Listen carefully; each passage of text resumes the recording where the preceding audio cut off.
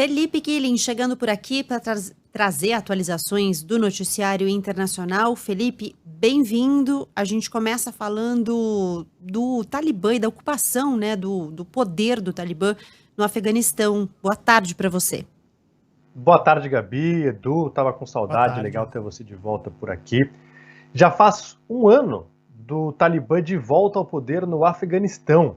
Passou rápido, talvez para a gente que está acompanhando de fora, porque a população do Afeganistão certamente tem sofrido bastante e tem sido um ano muito longo, porque a vida deles de lá para cá piorou bastante. Primeiro que as reservas do governo do Afeganistão internacionais foram congeladas por Estados Unidos e Europa depois da saída de tropas do Ocidente. E também não há ajuda internacional efetiva para ajudar uma economia que tem sofrido muito. Além desse congelamento de ativos afegãos, teve também uma seca muito dura.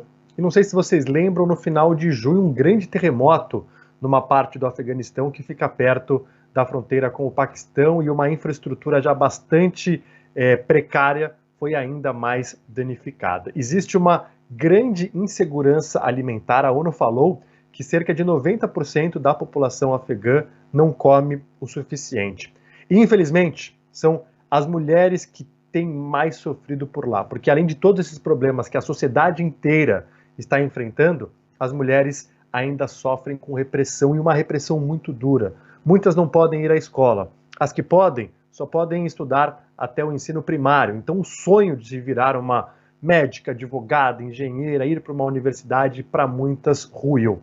Algumas mulheres que trabalhavam em cargos do governo, até no judiciário, durante a ocupação americana, agora estão sendo perseguidas. Uma juíza, inclusive, que acabou condenando um integrante do Talibã, foi solto depois que o grupo voltou ao poder, tem fugido porque esse cara está atrás dela. O Talibã quer agora ele fazer justiça por ela ter feito o trabalho dela durante a ocupação americana. Então, um pesadelo para muitas mulheres, algumas que querem protestar, mesmo de forma pacífica, não podem. Tiros para o alto para dispersar essas manifestações.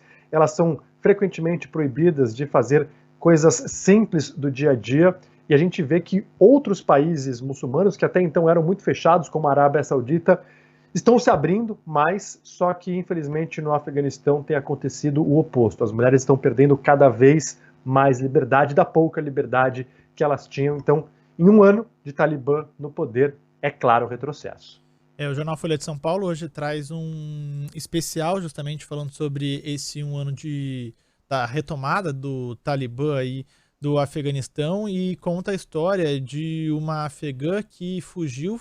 Ela, que era militar, prestava serviço para o exército do Afeganistão, ficou escondida por 3 meses em casa, colocou fogo em todas as fardas para que não pudesse, para que, enfim, fossem na casa dela, que não encontrassem nenhum resquício desse período que ela passou no exército. Mataram o pai dela porque o pai não podia ter permitido que a filha fosse para o exército, e ela acabou fugindo. Hoje está aqui no Brasil. O Brasil emitiu cerca de 5 mil vistos humanitários para a comunidade afegã, mas é um número muito pequeno ainda, né? E existe toda uma dificuldade de adaptação aqui no país. Diferente de outras comunidades, como os sírios, ou mesmo outras comunidades que já tinham um maior número aqui no Brasil, né? Os afegãos tinham um número muito pequeno. Antes eram cerca de 128 com registro no Brasil. Então existe agora um trabalho sendo feito para acolher essas famílias e esses afegãos que estão vindo para cá em busca de uma vida melhor. Claro, é um longo caminho pela frente, uma saída desastrada dos Estados Unidos, das potências ocidentais. Boris Johnson foi muito criticado à época porque o Reino Unido também participou aí dessa retirada desastrada do Afeganistão, não retomou aí, né, os postos diplomáticos lá até agora. A gente tem que olhar com atenção também, porque a gente,